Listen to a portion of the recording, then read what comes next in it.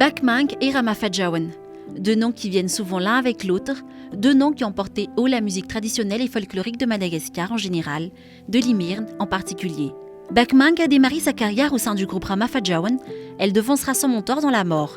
Cette voix d'or emblématique du Iragas et du Vakjazan, Mariette Rasuarnal de son vrai nom, s'est éteinte à l'âge de 67 ans le 2 juillet 2020. Celui qui a lancé sa carrière, Alphonse Rakut Mafajawan, Ramafajawan de son nom de scène, l'a suivi dans la mort à 82 ans, le 21 septembre.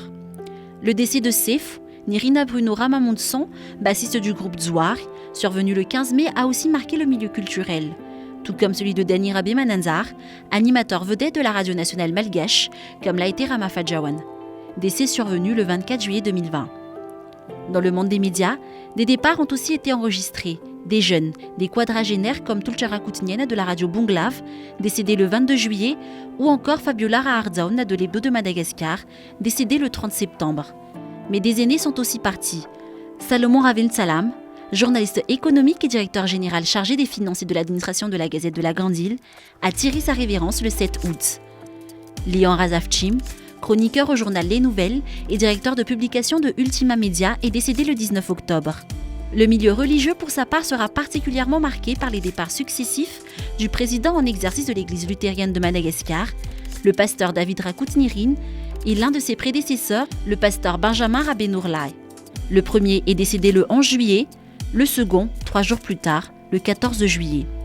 Le monde politique, de son côté, a vu le décès de l'ancien Premier ministre, le docteur Emmanuel Rakoudvaïn, le 1er juillet, mais aussi de 2 officiers généraux de la gendarmerie qui ont été ministres. Le général Charles Sylvain Raboutoirson, un ancien ministre de l'Environnement, décédé le 2 juillet, et le général Jules Mamzar, un ancien ministre de la Défense nationale, décédé le 16 juillet.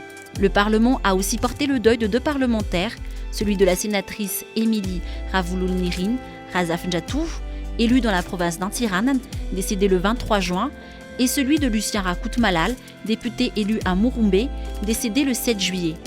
Autre personnalité politique décédée cette année, l'ancien député élu à Mbatunjazak, Soulouf Nantenen Arazoar Miadz, ancien patron du parti Tikui Madagascar.